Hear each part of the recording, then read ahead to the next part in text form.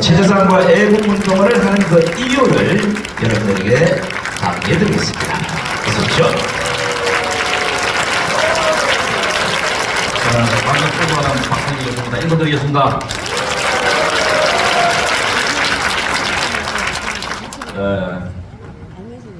저는 오늘 첫 강의를 처음으로 여기서 하기 때문에 국내에 말하면은 장군들도 전이 보게 되면은 전할 때까지 이등병하고 똑같습니다. 제가 좀 부족함이 있더라도 이해를 해주시고 경청해 주면 감사하겠습니다. 제가 강의한다고 하니까 또 멀리서 저희 섬기고 있는 또 우리 천안에서 왔습니다. 천안에 우리 김소용 감독님, 우리 정신적 지주이신 감독님 오셨고 또 한기신 목사님도 같이 일해 오셨습니다. 자세히 앉아 계실 때 박수 한번 해주세요. 제한테 주어진 시간이 많지 않기 때문에 실질적으로 분량이 좀 있어서 제가 말을 빠르게 하더라도 여러분들이 충분히 하도 많이 들은 내용이라서 충분히 이해가 빠를 것이고 새롭게 들을 것 같은 그 부분에 대해서는 제가 좀 강조해서 설명을 드리도록 그렇게 하겠습니다. 시작하겠습니다.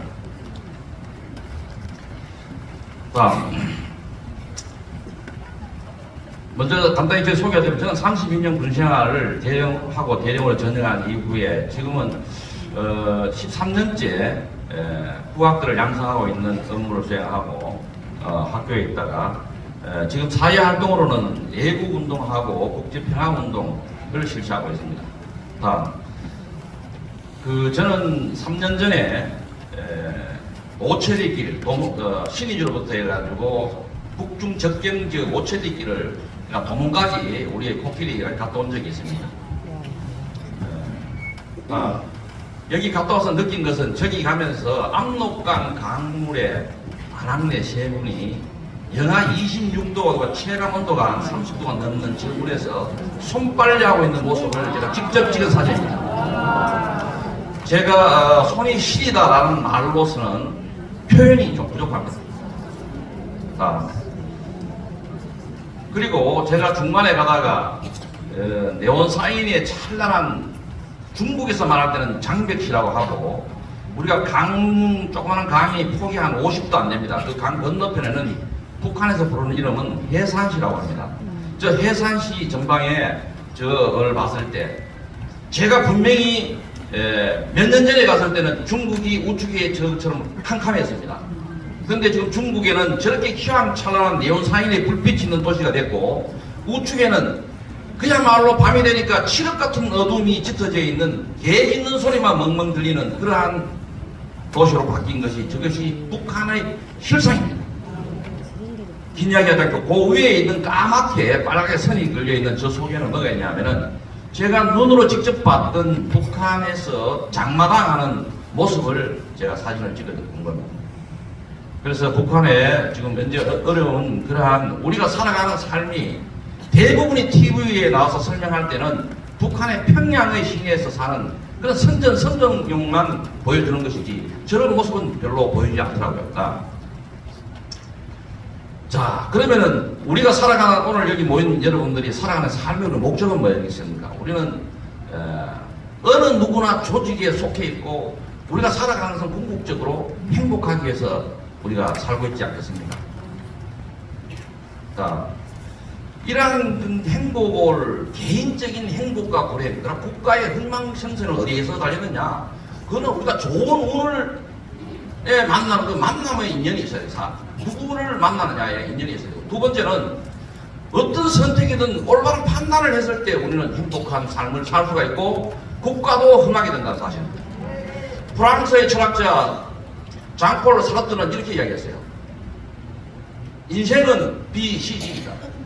벌써 태어나는 거 죽는 거 다 이런 그건 신의 섭리에 달려있지만은 우리의 자유의지로 선택할 수 있는 것은 초이스, 선택하는 것이다. 그 선택을 어떻게 하느냐 그건 끊임없이 우리는 강조를 받습니다. 그래서 우리는 이러한 선택이 우리가 78년 전에 우리는 국가의 제도에 있어가지고 이승만 대통령을 선택을 했고 그래서 자유민주주의를 제도로 선택했습니다.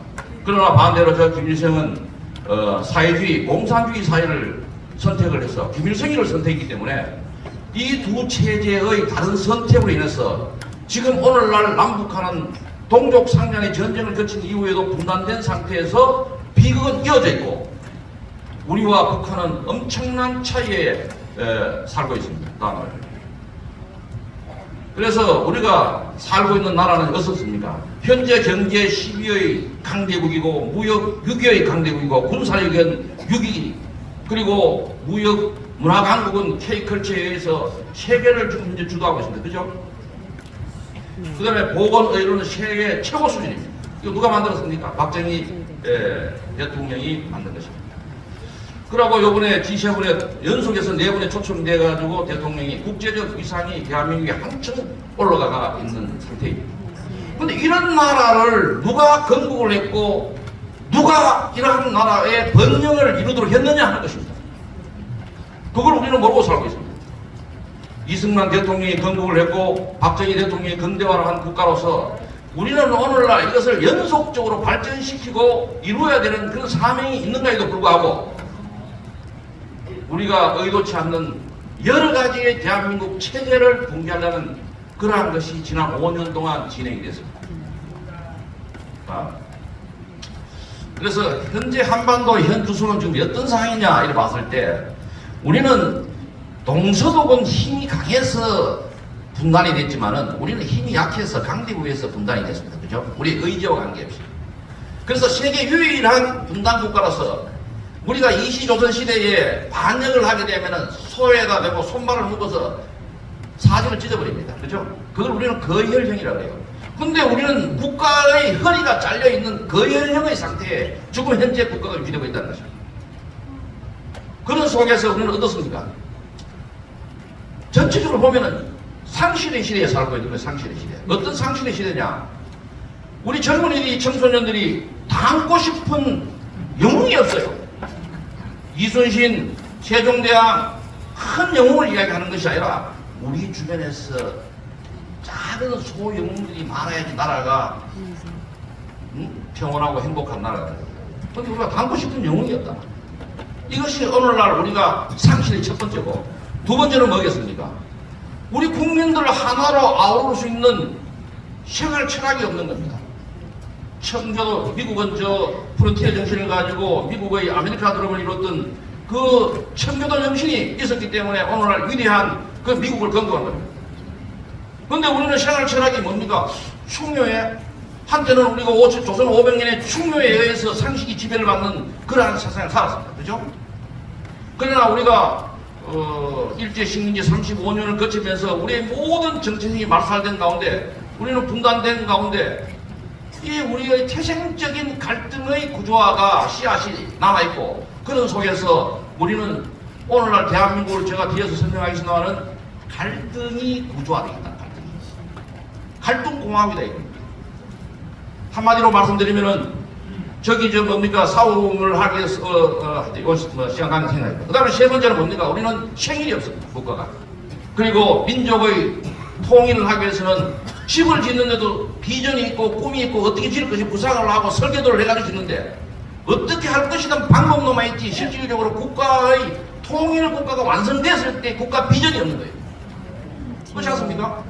통일된 이후에는 지나간 과거보다 현재보다 더 나은 미래에 우리가 번영된 통일국가 돼가지고 통일국가의 번영을 누리고 그것이 인류 공영의 세계의 질서를 주도하는 그런 위대한 국가가 돼야 되지 않겠습니까? 네.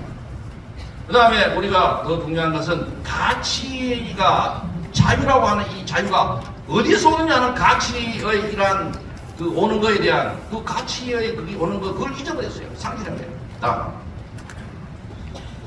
요것은 다음에 제가 통일운동에 26년을 했기 때문에 다음 기회 될 때 자세히 설명을 하겠습니다. 통일이 동서독보다는 훨씬 어렵다는 거예요. 우리가 현재 모르고 잃어버린 것이 있습니다. 첫째, 우리나라가 어떻게 이렇게 잘 살게 되었는지, 우리가 누리는 이 자유는 어디서 왔는지, 좌파는 왜 중국에서는 급신하고 일본에서는 선동질을 하면서 그렇게 죽창갈로 불러댔는지, 그리고 북한이 갖고 있는 핵은 얼마나 우리에게 위협적인 존재인가, 그리고 대한민국이 얼마나 위험한 상태인지를 우리는 모르고 있습니다. 그래서 오늘 아침에 보니까 민주당의 민주화법을 유공자법을 만들어서 4,988명을 유공자로 만드는데 여기에는 동의대학부터 해가지고 서울대학교에서 민주화하면서 고문을 했던 그런 인원까지 다 포함이 돼 있어요. 오늘 신문에 조선일보 신문에 이렇게 대문짝만 하게 실렸어요. 그래 이들에게 엄청난 1,100억 원이 넘는 돈이 이들에게 보상으로 주게 되고 하게 된다 하는 것입니다. 그리고 우리나라에게 창원당 간첩단 사건 외에 많은 간첩단이 움직이는데도 국민들은 별로 뭐 두려워하거나 문제 있다고 생각하지 않습니다. 그죠? 그래서 진영 간의 갈등이 구조화되고 국민들은 무관계해지고 우리가 통일의 비전을 포함한 우리가 살아야 되는 생활 공동체가 사라진 가운데 어떻게 살아야 될 것인가 비전이 상실되어 있기 때문에 그야말로 전문적인 용어로 쓰게 되면은 체제 싸움에서 우리는 이걸 전복전이라고 그러거든요. 전복전은 정부를 이렇게 무너뜨리고 새로운 체제를 만드는 것을 전복전이라고 해요. 이것은 1970년도 저 사북 사태가 일어나고 난뒤에 김일성이가 우리나라에 각계각층에 침투를 시키고 만들어서 그 모든 것이 70%가 지금 현재 자기화돼서 대한민국이 위험한 상태에 들어갔다는 사실입니다. 그 내용도 시간 관계상 깊이 있게 설명은 다음에 기회 되면 하도록 하겠습니다. 다음. 그래서 이러한 자유민주주의 위기는 어디서 왔냐는 것입니다. 누가 어떻게 자유민주주의는 자유민주주의 제도를 통해서 파괴한다. 자유민주주의 제도를 그들이 원하는 세상을 만들 때까지 철저히 이용하라는 것이 그들의 전술 원칙입니다. 그래서 이것이 칼 막스가 이야기하고 난 이후에 칼 막스는 뭡니까? 계급투쟁을 통해서 하부 계급인 노동자가 투쟁을 해가지고 상부계급을 무너뜨리는 계급투쟁론을 이야기했어요. 그런데 130년 전에 이탈리아의 공산당 이론의 대부 아버지라고 하는 아담 그란시라는 사람은 그렇게 해서는 안 된다는 거예요.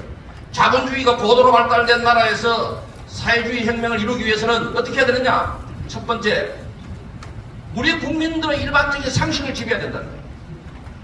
우리 국민들의 일반적 상식이 어떻게 되어 있습니까? 이승만을 이야기하고 박정희 산업화를 이야기하면 수고 꼴통으로 걸리고 김대중이 산업민주화를 이야기하고 노무현을 하마 그것이 굉장히 진보적이고 하는 사람으로 일반 국민들에게 상식이 지배를 받아버린 거예요. 그들이 50년간을 줄기차게 그들은 그것을 하기